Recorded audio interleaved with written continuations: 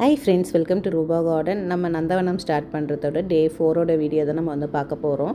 So பார்த்திங்கன்னா white வாஷ்லாம் காம்பவுண்டுக்கு பண்ணியாச்சு. கார்டனில் இந்த சைடு பிளான்ட்லாம் எடுத்து வச்சோம் இல்லையா, அது அங்கேயே தான் இருக்குது. எடுத்து எதையுமே நடலை.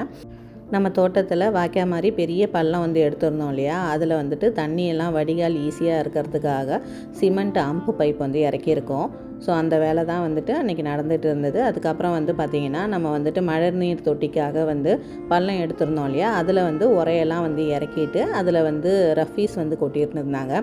கீழ் லேயரில் பார்த்திங்கன்னா ஜல்லியும், அதுக்கப்புறமா அடுத்த லேயரில் ரஃபீஸ் கொட்டிகிட்டு இருந்தாங்க. இந்த வேலை தான் பார்த்திங்கன்னா அன்றைக்கி தோட்டத்தில் கம்ப்ளீட்டாக நடந்துகிட்டு இருந்தது. அந்த பைப் போட்டிருந்தோம் இல்லையா, அந்த இடத்துல மண் போட்டு அப்படியே ஃபுல்லாக கம்ப்ளீட் ஆகிடுச்சு. இங்கே நம்ம மழைநீர் தொட்டிலையும் பார்த்திங்கன்னா ஆல்மோஸ்ட் அந்த செங்கல் ஜல்லி அதெல்லாம் கொட்டி ஃபில் பண்ணியாச்சு. இன்னொரு லோடு கொட்டணும்னு சொல்லியிருக்காங்க. இதுக்கப்புறமா தான் இது சிமெண்ட் வச்சு தொட்டி மாதிரி கட்டுவாங்க. நான் ஃபுல் கம்ப்ளீட்டாக எல்லா வேலையும் முடிஞ்சதுக்கப்புறமா உங்களுக்கு காட்டுறேன். ஸோ இந்த சைடில் நம்ம வச்சுருந்தோம் இல்லையா மரக்கண்ணெல்லாம், அதெல்லாம் எப்படி இருக்குது, என்னென்ன மரக்கண்ணெல்லாம் வச்சுருக்கேன் அப்படின்னு சொல்லிட்டு ஒன் பை ஒன்னாக பார்த்துடலாம். இப்போது நீங்கள் பார்த்துட்ருக்கிறது அந்த போர் பக்கத்தில் வச்சுருந்த கமலா ஆரஞ்சு. இது பார்த்திங்கன்னா ஒரு 5 days ஆகுது இந்த பிளான்ட்லாம் வச்சு. நல்லாவே நியூ க்ரோத் வந்திருக்கு. இந்த ஸ்டார் ஃப்ரூட் வைக்கும்போது பூவோடு வச்சுருந்தோம். இப்போ குட்டி குட்டியாக நிறையா பிஞ்சுகள் வச்சுருக்கு. பிளான்ட்டுமே இருந்ததோட கொஞ்சம் நல்லா க்ரீனிஷாக இருக்குது. இது பார்த்திங்கன்னா கம்குவாட் ஆரஞ்சு. இதில் நிறையா காய்கள் கொடுக்கும். ஸோ பார்க்கலாம் கீழே வச்சது அதுக்கும் எப்படி இருக்குது க்ரோத் அப்படின்னு சொல்லிட்டு. ஒரு சில மரங்கள் தான் நான் புதுசாக வாங்கியிருக்கேன். அது எனக்கு பேர் கூட தெரியல. லீஃப் வச்சு உங்களால் ஐடென்டிஃபை பண்ண தெரிஞ்சதுன்னா கொஞ்சம் பார்த்து சொல்லுங்கள். இது லெமன். ஸோ நிறைய காய்கள் இருக்குது. புதுசாக இலைகள் வரத்தை நீங்களே பார்க்க முடியும்.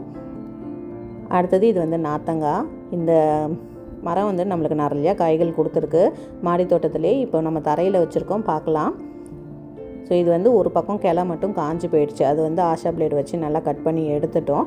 இது சர்வ சுகந்தி, ஆல் ஸ்பைசஸ்ன்னு சொல்லுவாங்க. இந்த லீஃப் அவ்வளோ மணமாக இருக்கும். பிரியாணி, அதுக்கப்புறம் புலாவ் எல்லாத்துக்குமே யூஸ் பண்ணலாம். இந்த மரம் நான் புதுசாக வாங்கினது. இது லீஃப் வச்சு உங்களால் கண்டுபிடிக்க முடிஞ்சதுன்னா இது என்ன மரம்ன்றதை கமெண்ட் பண்ணுங்கள். அடுத்ததாக நம்ம பார்க்குறது மாதுளை. இந்த மாதுளை வாங்கி ஒரு 20 days இருக்கும்னு நினைக்கிறேன். ஸோ இலைகள் மட்டும்தான் இருந்தது. இப்போ தரையில் நட்டதுக்கும் அதுவுமா நம்மளுக்கு பார்த்திங்கன்னா குட்டி குட்டியாக நிறைய பூக்கள் வச்சுருக்கு. இந்த பூக்கள் ஒன்றே ஒன்று மட்டும் விட்டுட்டு மீதி எல்லாமே கிள்ளி விட்டுடணும். அடுத்தது இது இலையெல்லாம் கொட்டிட்டு வெறும் காம்பு மட்டும்தான் இருக்குது. ஸோ க்ரோத் வந்தால் தான் அது என்ன மரம்னே தெரியும். இது நாவ மரம்னு நினைக்கிறேன். ஸோ இது தெரிஞ்சதுன்னா சொல்லுங்கள். அதுக்கு அடுத்தது பார்த்திங்கன்னா லெமன் வச்சுருக்கேன். நான் ஏர் லேயரிங் போட்டது தான் 2 மரமும் ஒரே இடத்துல வச்சுட்டேன். இது பம்ப்ளி மாஸ். இதெல்லாம் கார்னரில் வச்சுருக்கேன். இந்த சைடு ஃபுல்லாமே சிட்ரிக் ஃபேமிலி மாதிரி இருக்கும். அடுத்தது இதோடைய இலையை வச்சும் எனக்கு ஐடென்டிஃபை பண்ண தெரியல. உங்களுக்கு தெரிஞ்சதுன்னா சொல்லுங்கள். இது பக்கத்தில் ஒரு பீட்ரூட் கொய்யாவும் இன்னொரு கொய்யாவும் வச்சுருக்கேன். அந்த கொய்யா நடவு பண்ணலை. அது இலையெல்லாம் கொட்டி போயிட்டு வெறும் காம்பு மட்டுமே இருந்தது. இப்போ தண்ணி கொடுக்க இலைகள்லாம் புதுசாக வருது. ஸோ இது யாங்கி பிளான்ட். இந்த இடம் கேப் ரொம்ப அதிகமாக இருந்ததுனால அந்த இடமும் நான் பள்ளம் எடுத்து இந்த செடியை வச்சாச்சு. அது பக்கத்தில் வாட்டர் ஆப்பிள். இது நான் ஏர் லேயரிங் போட்ட மரம் தான் இது. ஸோ நல்ல க்ரோத்து படர்ந்து வந்திருக்கு. இதை தேவையில்லாத கிளைகள்லாம் மட்டும் கட் பண்ணி ட்ரெயின் பண்ணணும். அது பக்கத்தில் பனானா சப்போட்டா. இது புதுசாக வாங்கினது. இது க்ரீன் லைன் நர்சரியில் வாங்கின மீடியம் சைஸ் பிளான்ட்டுன்ட்டு 1200 rupees வந்தது.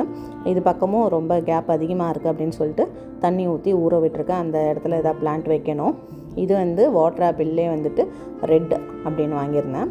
இது நம்மக்கிட்ட ஒரு 3 to 4 yearsஆக இருக்கும். இழந்த சின்ன சின்ன இலையாக தான் இருக்கும். குஷியாகவே இருக்காது பிளான்ட் அந்த பாட்டில் இருக்க வரைக்கும். இப்போ கீழே வச்சது அதுக்கும் இலையெல்லாம் நல்லா பெருசாக வந்திருக்கு.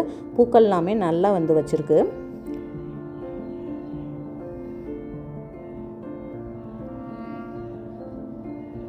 அடுத்தது இதுவும் க்ரீன் லைன் நர்சரியில் வாங்கின பிளான்ட் தான். இது கொஞ்சம் பெரிய மரமாக வாங்கினதுனால 1800 ரூபா அப்படின்னு வந்திருந்தது. இமாம் பசந்த் ரகம். இது பக்கத்துலலாம் ஒரு 5 அடிக்கு 5 அடியே நாங்கள் இடம் விட்டுருக்கோம். ஏன்னா மரம்லாம் பெருசாச்சுன்னா நம்மளுக்கு நிழல் வந்துடக்கூடாது, மற்ற மரம்லாம் வளராமல் போயிடக்கூடாதுன்றதுனால கேப் அதிகமாக விட்டு தான் வச்சுருக்கேன்.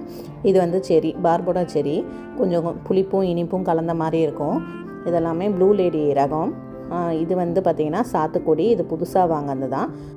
சாத்துக்குடி பக்கத்தில் வந்துட்டு ஒரு பப்பாயா, அது பக்கத்தில் வந்து ஒரு தைவான் கொய்யா இருக்குது.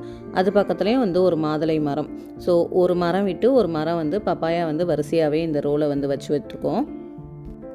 அதுக்கு அடுத்தடுத்தே வந்து பார்த்திங்கன்னா பப்பாயா வந்து வச்சாச்சு. பப்பாயா பக்கத்தில் வந்துட்டு ஒரு வாட்டர் ஆப்பிள் இருக்குது. ஸோ இது வந்து க்ரீன் வாட்டர் ஆப்பிள். இதில் தான் ஏர் லேயரிங் போட்டது. ஸோ க்ரீன் தான் வந்துட்டு 2 மரம் இருக்குது. ரெட் இப்போ தான் புதுசாக வந்து வாங்கி வச்சுருக்கிறது. ஸோ அவ்வளோதாங்க, மரக்கண்ணெல்லாம் வந்து வச்சாச்சு.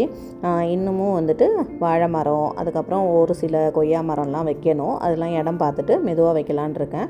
அதுக்கப்புறம் இந்த மல்லி செடியெல்லாம் எடுத்து அந்தந்த இடத்துல வந்து நடவு பண்ணணுங்க. ஸோ வரக்கூடிய வீடியோஸில் நான் டீட்டெயிலாக வந்துட்டு என்னென்ன வேலையெல்லாம் நடக்குதுன்றதை உங்கள்கிட்ட காமிக்கிறேன். இன்னையோட வீடியோ பதிவு கண்டிப்பாக உங்களுக்கு பிடிச்சிருக்கும்னு நினைக்கிறேன். தேங்க்யூ ஃபார் வாட்சிங்.